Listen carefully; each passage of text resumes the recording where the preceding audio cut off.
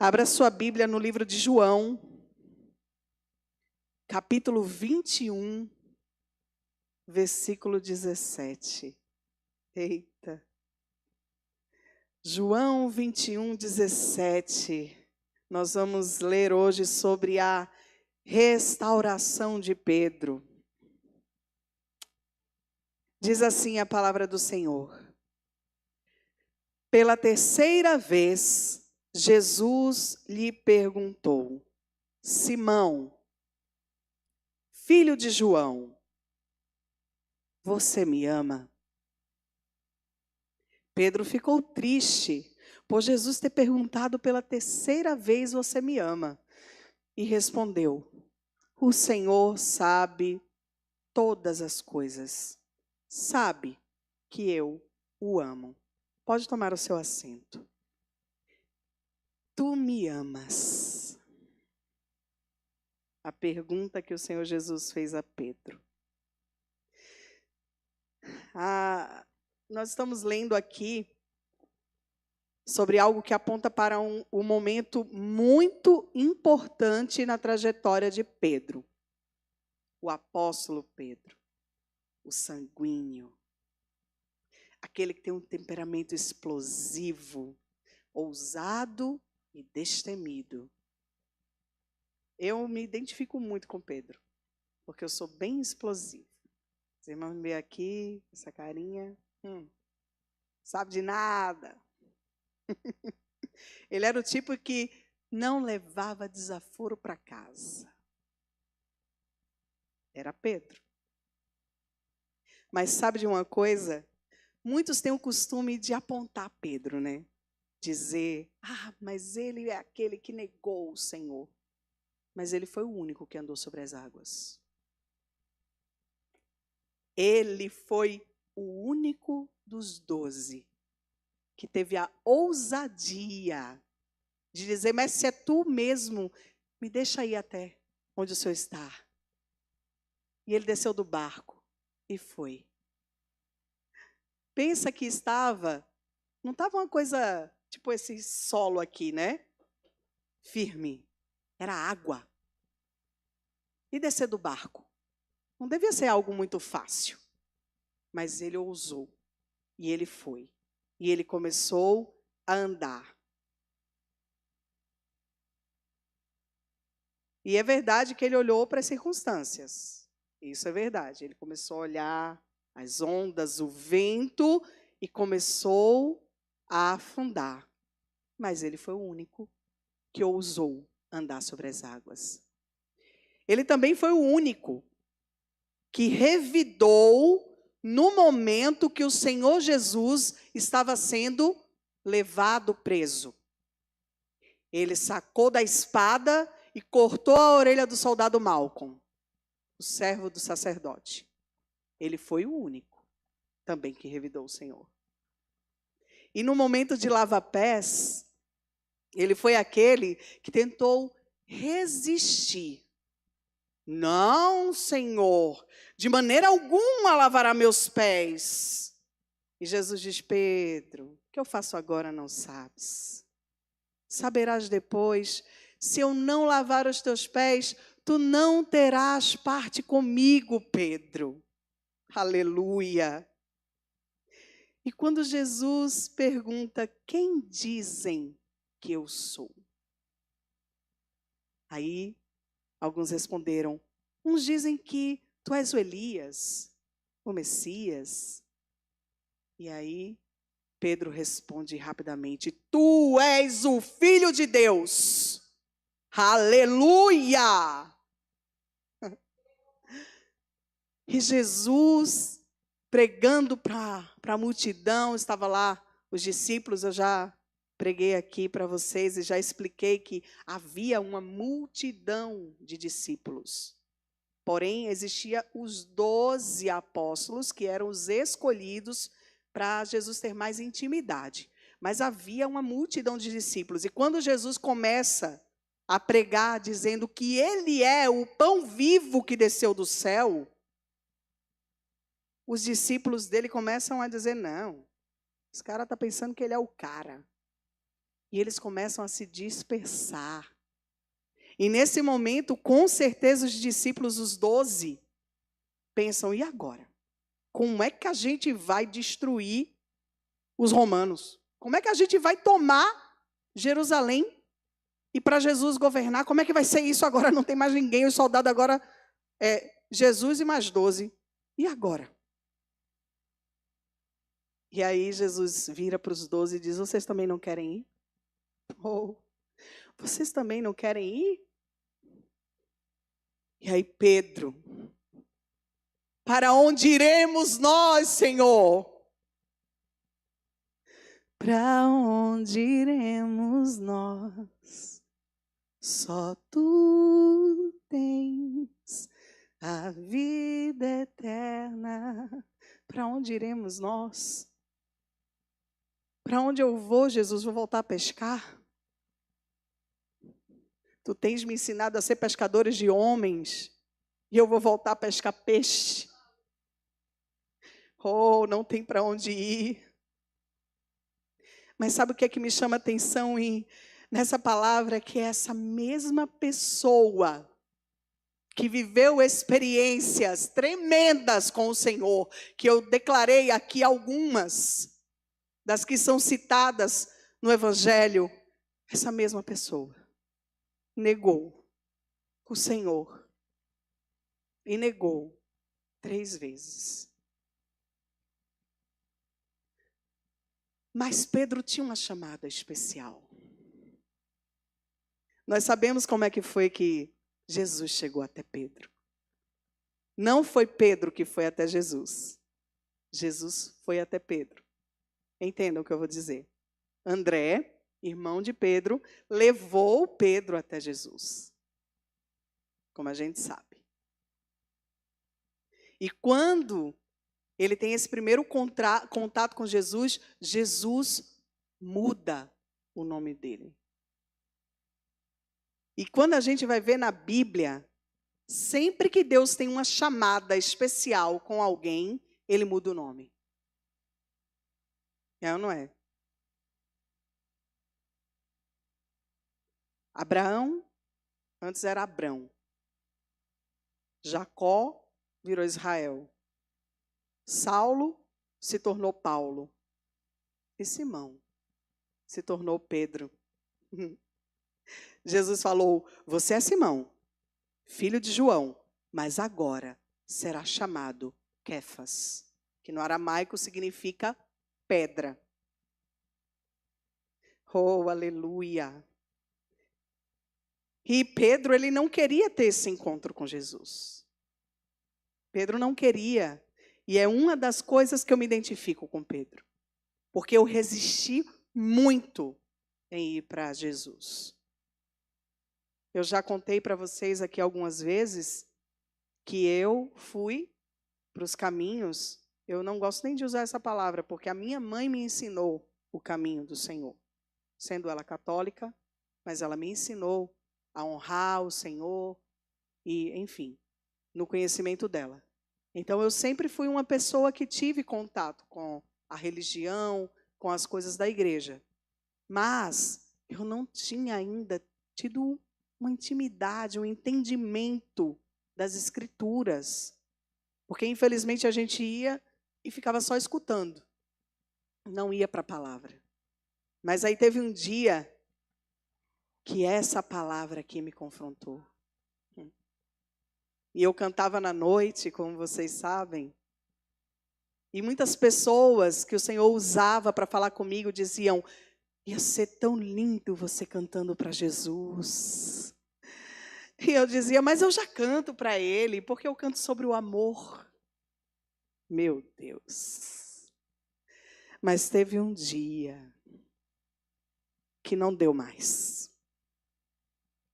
Não deu mais. Eu me lembro que eu ainda estava cantando com a minha banda. E eu estava lá no palco do barzinho onde eu cantava e eu já estava na igreja. E o meu pastor orando, né? Para eu não ir mais. Mas algo já estava dentro de mim, me perturbando. E aí eu estava lá cantando, né? Já sem muita animação. Quando eu vi de repente um carro para. E atrás do carro tinha bem grande assim, ó, Jesus. Quando eu vi aquilo, eu disse, eita, e se fosse ele chegando agora? Eu estou aqui. Não, não dá mais. Não dá mais. Aleluia. Oh, Jesus. Mas vamos voltar para Pedro, né? Pedro. Jana não, Pedro. Ok? Momento do seu primeiro encontro com Jesus. Jesus estava pregando para uma grande multidão. Todo mundo sabe, né? E aí aquela multidão já estava, Jesus olhando assim do mar. Claro que ele já sabia de tudo. Aí ele olha para Pedro e diz, Pedro, me empresta teu barco. Deixa eu subir aí e fazer de púlpito, porque senão o pessoal vai me jogar aqui dentro d'água. Jesus sobe no barco e prega. Pedro tinha passado a noite pescando e não pegou nada. Nada. Meu Deus. E aí, quando Jesus termina de pregar, ele olha para Pedro e diz, Pedro, volta. Volta para o mar e lança a rede. Pedro logo retrucou. Mas eu trabalhei a noite toda. Não peguei nenhum peixe. Nenhumzinho. Era como se ele tivesse dizendo assim, ó, Jesus, eu entendo de pescaria, tá? Eu entendo. E assim, ó, não adianta. Melhor horário para pescar é à noite. Eu não peguei nada. Eu não vou voltar agora. Era como se Pedro tivesse ali dentro dele com aquela briga. Mas Pedro fala, é sobre a tua palavra eu lançarei as redes. Oh, aleluia, sobre a tua palavra eu lançarei as redes. E qual não deve ter sido a surpresa de Pedro? Quando as redes se rompiam de tanto peixe. Oh,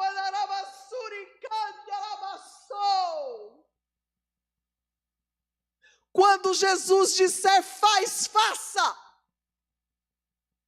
Por mais que pareça ridículo, por mais que pareça nada a ver, mas se ele mandou, faz. Oh, aleluia!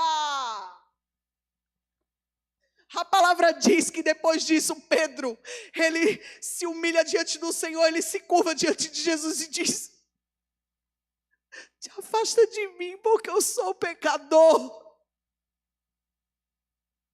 Eu não mereço a tua presença, Jesus. E a palavra não diz, mas eu creio que Jesus disse, Pedro, foi por isso mesmo que eu vim. Porque eu vim para os doentes. Eu vim para salvar aqueles que estão indo para o inferno. Foi por isso mesmo que eu vim até você, Pedro. Oh, aleluia! Quantas vezes nós fomos para Deus com nossos lamentos, com os nossos anseios, por vezes até querendo ensinar a Deus. Ultimamente as pessoas têm colocado nas redes sociais um meme, que é assim, eu mostrando para Jesus os meus planos. Não sei se vocês já viram. E aí pega uma foto do ator que está fazendo o Jesus em The Chosen, que é uma série que eu recomendo a todos vocês assistirem. E é o Jesus, ele rindo. Tipo, como se a pessoa estivesse mostrando um papel para ele. Não sei se é um roteiro, né? O ator. E ele está, tipo, eu mostrando para Jesus os meus planos. E ele, esse é teu plano, é? Deixa eu te mostrar o meu. Deixa eu te mostrar o meu. Aleluia. E a gente vai para ele. Nossos anseios, nossos problemas, querendo ensinar para ele como agir naquela situação, porque parece que a gente sabe, ó Deus, aqui o Senhor faz assim. Muitas vezes nós chegamos a dizer que não tem mais jeito. Não há o que ser feito, parece que não acreditamos no poder que Ele tem. Parece que a gente não confia que Ele sabe o que é melhor para as nossas vidas. É como se diante dele disséssemos: ei, o Senhor não sabe pelo que eu passei. Não sabe quanta dor eu estou sentindo. Não entende essa situação. Pare de falar e lance a rede. Quem mandou largar a rede? Quem mandou você parar? Volte para o mar alto, no lugar da tua vergonha eu vou te honrar. Filho, eu vou te honrar. Foi assim que ele fez com Pedro. Pegaria uma aguinha para mim, amada, por favor. No lugar da vergonha de Pedro, ele honrou Pedro. Ali onde Pedro voltou, humilhado por não ter pego nenhum peixe, o Senhor foi lá e fez ele ser vitorioso. Acabou com a vergonha e trouxe honra. Aleluia. Quando Jesus diz para todos ali na ceia que ele seria como uma pedra de tropeço, lá em Mateus 26, 31 a 35, conta com mais detalhes se vocês quiserem ler depois. Jesus, ele fala: para muitos aqui eu serei como uma pedra de tropeço. Aí Pedro assegura assim, ó: não, Senhor, para mim, nunca. O Senhor nunca será uma pedra de tropeço para mim. Pode ser para qualquer um aqui, ó, mas para mim, não. Jesus diz: em verdade lhe digo, que ainda esta noite, antes que o galo cante, você me negará 3 vezes. Mas Pedro vai além. Aí ele diz que ainda que seja preciso morrer com o mestre, de modo algum ele negaria. Olha a ousadia de Pedro. Só que tem um detalhe. No final do versículo 35 aqui do capítulo 26, que eu falei para vocês, Mateus 26, no finalzinho do versículo 35, sabe o que é que diz? Todos os discípulos disseram o mesmo. Ou seja, todos negaram ao Senhor. Temos o costume de julgar a atitude de Pedro, que negou o Senhor. Mas, na verdade, esquecemos que, apesar de estarmos tão firmes, e termos tanta convicção do tipo de crente que a gente é, muitas vezes nos esquecemos que vem provas, vem dificuldades, e aí vem um desespero. A gente começa a esquecer em quem a gente tem crido, e a gente começa a murmurar. E muitas vezes, meio que sem querer, com esse tipo de atitude, a gente está negando a Ele. Isso é muito sério. É muito sério. A gente cogita até desistir. Desistir do ministério, desistir da igreja, desistir de tudo. E é nesse momento que, de certa forma, a gente está negando o Senhor. Meu Deus. E aí, Pedro nega Jesus.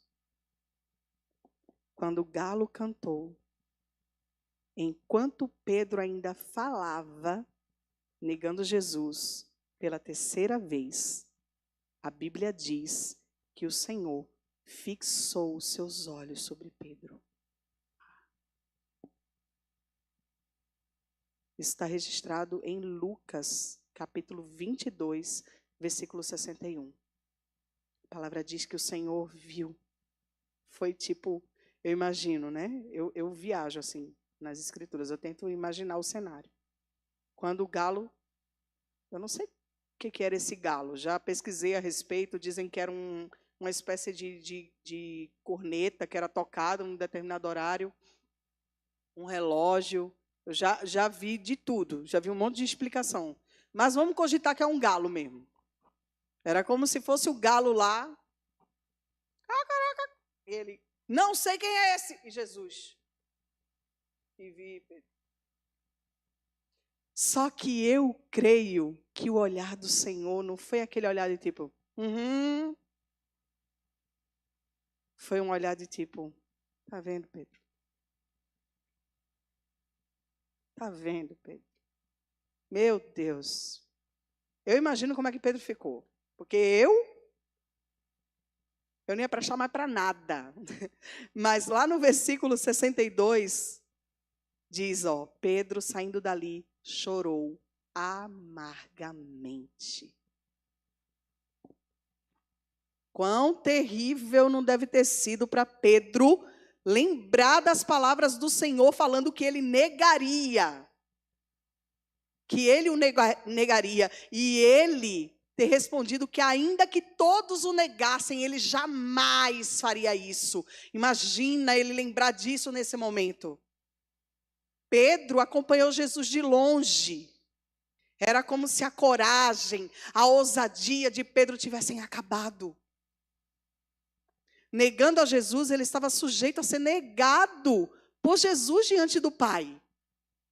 Jesus fala em Mateus 10:33, que aquele que me negar diante dos homens, eu o negarei diante do Pai. Pedro estava correndo esse risco. E Pedro certamente passou a considerar, eu não tenho mais o direito de ser discípulo do Mestre. Eu não posso mais ser conhecido como o apóstolo de Jesus, como discípulo dele. Não posso. Mas Jesus, ele tem uma restauração para cada lugar onde a gente cai. Foi assim com Pedro, e é assim comigo, e é assim com você. Ele sempre cria uma forma de nos restaurar. O Senhor, ele não tem interesse em nos ver caído. A palavra diz que o Senhor, ele não tem prazer na morte do ímpio. Ele quer que todos sejam salvos. Ele não tem interesse de ver ninguém padecendo. Ele quer que todos entendam que ele é o caminho, a verdade e a vida. E aí tem uma história muito interessante que eu coloquei até assim como chamada E a Pedro. Depois que Jesus foi crucificado, a Bíblia conta que as mulheres foram até o sepulcro, né? Compraram óleos aromáticos para ungir o Senhor lá na tumba, onde ele estaria. E lá no livro de Marcos, capítulo 16, do 5 ao 7, diz assim: entrando no túmulo, viram um jovem sentado ao lado direito, vestido de branco, e ficaram atemorizadas. Ele, porém, lhes disse: não tenham medo. Vocês procuram Jesus, o Nazareno, que foi crucificado. Ele ressuscitou. Não está aqui. Vejam o lugar onde o tinham colocado. Mas vão e digam aos discípulos dele e a Pedro que ele vai adiante de vocês para a Galileia. Lá vocês o verão, como ele disse. E a Pedro. O que me chama a atenção é o fato de nós dizer aquelas mulheres que era para irem dizer aos discípulos e a Pedro. Né? Porque ele não disse dizer aos discípulos e a João. João não era o apóstolo amado do Senhor? Não é? Não. E a Pedro, aquele que negou.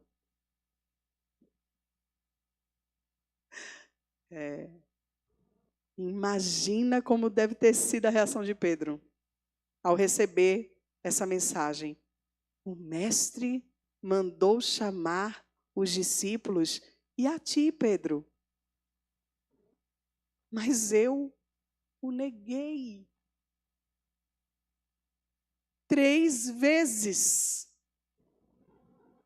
Embora eu tivesse andado sobre as águas quando ele me chamou, eu o neguei. Mesmo tendo sido corajoso o suficiente para arrancar a orelha do soldado Malcolm, eu neguei. Mesmo sabendo que voltei de uma pescaria frustrada, mas sobre a palavra dele eu lancei as redes e veio peixe, eu neguei.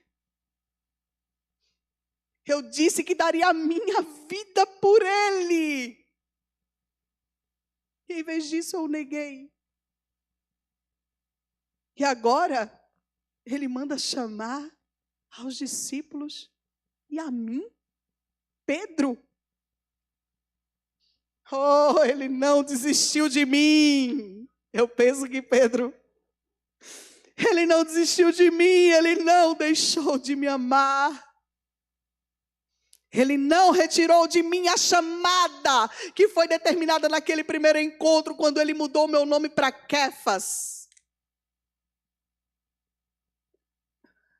E eu penso que Pedro cantou: oh, ele me amou. Oh, ele me ama. Ele me amou. Mas ainda faltava um ponto. Jesus preparou o cenário da restauração de Pedro. Ele repetiu o milagre, mandando que eles jogassem as redes do lado direito do barco. Lá em João 21. A partir do versículo 15 começa toda essa narrativa do Tu me amas. E desde o primeiro versículo do capítulo 21 é relatado toda a história. Jesus chega na praia e eles estão no barco. Antes disso, eles estão na praia. Pedro diz: quer saber? Eu vou pescar. Não tem mais nada. O negócio está difícil. Vou pescar. E aí os outros discípulos: a gente vai também. Eles entram no barco e vão pescar. Jesus chega na praia. E de longe ele pergunta: filhos, tem o que comer aí? Eles dizem não. Aí Jesus fala: joga a rede do lado direito. Pedro deve ter sido o primeiro. Joga a rede aí, joga a rede. E eles pescaram muitos peixes. Então, se discorre o diálogo do texto áureo desta palavra. Pedro, tu me amas? Quando ele volta no barco. A palavra diz que Pedro, quando João diz assim, é o mestre, é o Senhor. Pedro se joga no mar, não quer nem esperar o barco voltar. Ele se joga no mar e vai ao encontro de Jesus. E eles estão lá sentados, comendo peixe. E aí Jesus começa, olha para Pedro e diz: Pedro, tu me amas? E nessa parte aqui eu quero chamar a atenção de vocês para algo muito importante. Eu recomendo sempre que quando forem estudar a palavra, olhem no original da palavra. Porque muitas vezes o significado para a gente fica meio sem sentido. Por exemplo, Pedro, tu me amas? Pedro, tu me amas? Pedro, tu me amas? Fica parecendo uma conversa de gente tola. Como assim? Já perguntou. Só que quando a gente vai... Gostei. Estava com Alzheimer. Só que quando a gente vai para o original, Jesus primeiro pergunta: Pedro, tu me ágape? No grego, amor é falado de 3 formas: ágape, eros e filéu. Ágape é o amor incondicional, aquele que dá a vida pelo outro. Filéu é o amor de irmão, tipo amizade. E eros é o amor entre homem e mulher. Então agora a gente sabe dessa informação. Da primeira vez, Jesus pergunta: Pedro, tu me ágape? Pedro, tu realmente daria a tua vida por mim? E Pedro responde: Senhor, tu sabes que eu te filéu. Ele não responde eu te ágape. Ele responde eu te considero meu amigo. Na segunda vez, Jesus pergunta de novo: Pedro, tu me ágape? E mais uma vez, Pedro responde: Senhor, tu sabes que eu te filéu. E da terceira vez, Jesus pergunta: Pedro, tu me filéu? Tu pelo menos me considera o teu amigo? E aí Pedro chora. Oh! Pedro chora, porque com certeza ele lembrou quando ele disse: Senhor, daria minha vida por ti, mas não te negaria. E ele chora e diz: Senhor, eu te filéu. Eu não tenho coragem de dar a minha vida por ti, Senhor. Meu Deus. Era como se ele dissesse: Senhor, eu só gosto de ti.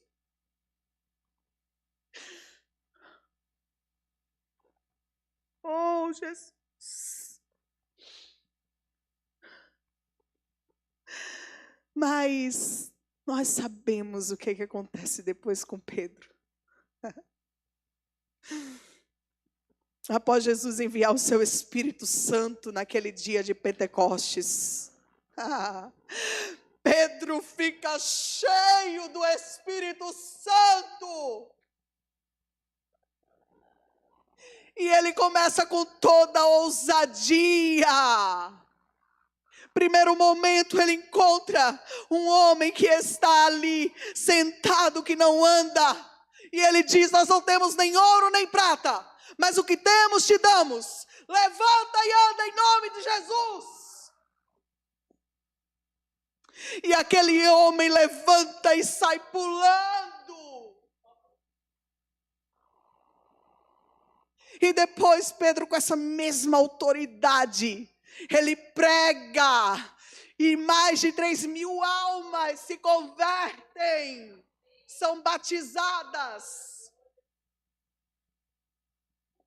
E com o passar do tempo, quando a gente vai lendo Atos, a gente vê que Pedro não tem mais medo. A gente vê que Pedro, ele não tem mais medo de morrer pelo Senhor. Ao final da sua trajetória, se cumpriu o que Jesus lhe falou acerca de como seria a sua morte. Pedro foi crucificado. A Bíblia não diz, mas historiadores asseguram que ele disse que não era digno de ser crucificado, porque assim tinha morrido seu mestre. E ele pede que seja crucificado de cabeça para baixo. Oh, aleluia! Pedro entendeu que nada o separava do amor de Deus que está em Cristo Jesus. E assim também é comigo e com você. Como eu falei no início, eu me identifico muito com Pedro. Eu disse que eu cantava na noite, e eu parei de cantar e fui para a igreja. Amém? Mas eu estava na igreja e 1 ano depois que eu estava na igreja, eu voltei a cantar. Dessa vez não era no bar, era no restaurante. Grandes coisas, mas enfim. E eu fui. E eu cantava. Quando eu entrava naquele lugar para cantar, depois de um certo tempo, Deus deixou. Ele meio que dá uma cordinha. Vai lá, vai. Aí daqui a pouco eu te puxo, mas vai. E depois de um certo tempo que eu estava nesse lugar, acho que uns 3 anos já, e eu na igreja, tá? Olha só, eu estava na igreja. Eu louvava no grupo de louvor, Eu ia para a igreja toda terça, toda quinta, todo domingo, sábado, dia de grupo dos jovens, eu estava lá, não perdia um dia de culto. Minha primeira Bíblia, se vocês pegarem, ela é toda rabiscada. Eu estava na igreja e eu cantava. E o meu pastor, ele sempre me dava oportunidade para louvar mesmo assim, na igreja. E um dia alguém foi questionar para ele, mas por que você deixa ela cantar aqui na igreja, porque ela também canta não sei onde? Aí ele disse, porque quem quer que ela cante é Jesus, não sou eu. Toda vez que Jesus mandar ela cantar, eu vou chamar ela para cantar.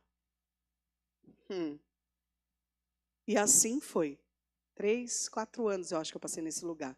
Pelo terceiro, quarto ano, quando eu entrava, que eu abri a porta, que eu entrava, a voz do Espírito Santo, até quando cochearás entre dois pensamentos?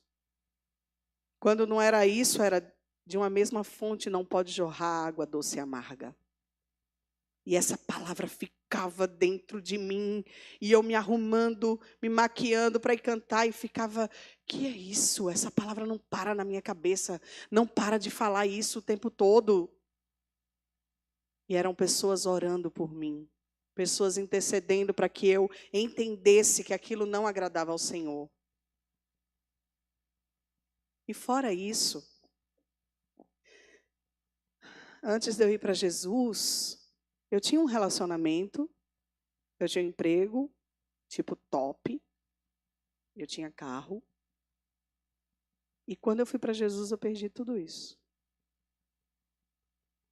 Relacionamento de 5 anos, um carro que a gente tinha comprado juntos, ficou com ele. E o emprego, eu fui demitida, assim, muito. E aquilo para mim foi muito difícil. Mas eu permaneci. E eu tinha muita dor no meu coração, que eu não queria ficar sozinha. Eu precisava ter alguém comigo, um relacionamento. Eu não me sentia feliz se eu estivesse sozinha. E aquilo me doía muito, ficar só. E eu comecei a buscar na força do meu braço ter alguém. E grandes foram as decepções, feridas e dores. E eu comecei a me relacionar de uma forma que não agradava ao Senhor de forma nenhuma. E eu continuava dentro da igreja. Belo dia, eu sentindo a acusação do inimigo, eu disse, não vou mais para a igreja. Não sou digna mais de ir à igreja. E nessa noite o Senhor falou comigo dizendo, filha, ainda que peques, não saia da minha presença. E eu obedeci, permaneci na presença dele, permaneci ali na igreja. E aí eu questionava a Deus, Senhor, mas por quê? O Senhor tem poder para tocar no coração de qualquer varão, para se apaixonar por mim e casar comigo, e eu ser feliz, porque eu achava que felicidade era isso. Eu achava que eu só ia ser feliz se tivesse alguém do meu lado. Aí um dia, eu estava num retiro, e a pregação foi em Oséias. E lá em Oséias fala, e naquele dia, eu te chamarei minha esposa, e eu serei o teu marido. E Jesus falou comigo assim, enquanto você não casar comigo, você não vai casar com homem nenhum. Nesse dia eu entendi que eu precisava dizer não para o que eu queria e dizer sim para o que Ele queria para mim. E porque eu queria viver a pressa, eu podia ter perdido de viver a promessa. E hoje, para honra e glória do Senhor, eu sou casada. Eu não vou dizer que ele é o melhor homem do mundo, não, porque aí fica parecendo exagero. Mas para mim ele é.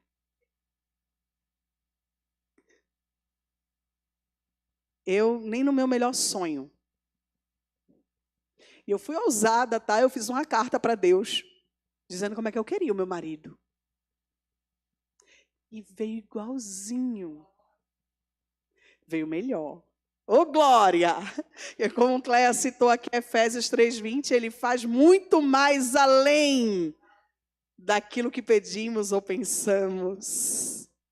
Aleluia! Oh, Senhor, se tem alguma coisa que te faz pensar em deixar Jesus, se tem algum momento que te fez querer olhar para trás e abandonar tudo, se tem algo que te faz chorar, porque te mantém num cativeiro de emoções, leva para o Senhor, leva para Jesus, e ainda que peques, não saia da presença dEle. Quando Ele chamar, não pergunte como você irá, apenas vá, que Ele vai te conduzir. Não duvide, apenas ande sobre as águas. Obedecendo a voz de Jesus, dizendo: vem, vem a mim, todos vós que estão cansados e sobrecarregados, e eu os aliviarei. Eu espero que essa palavra tenha tocado o coração de vocês, porque a mim mexe bastante. Essa história da restauração de Pedro tem muito a ver comigo, porque eu vivi isso. Estava na igreja, vivi experiências, vivi milagres, mas eu neguei. Quando eu disse sim para o que eu queria e não para o que ele tinha preparado, eu neguei. Mas ele preparou o cenário de restauração. E ele tem um cenário de restauração para cada um de nós, onde quer que a gente tenha caído. Ele não quer que você fique prostrado. Quando ele disser vem, vá.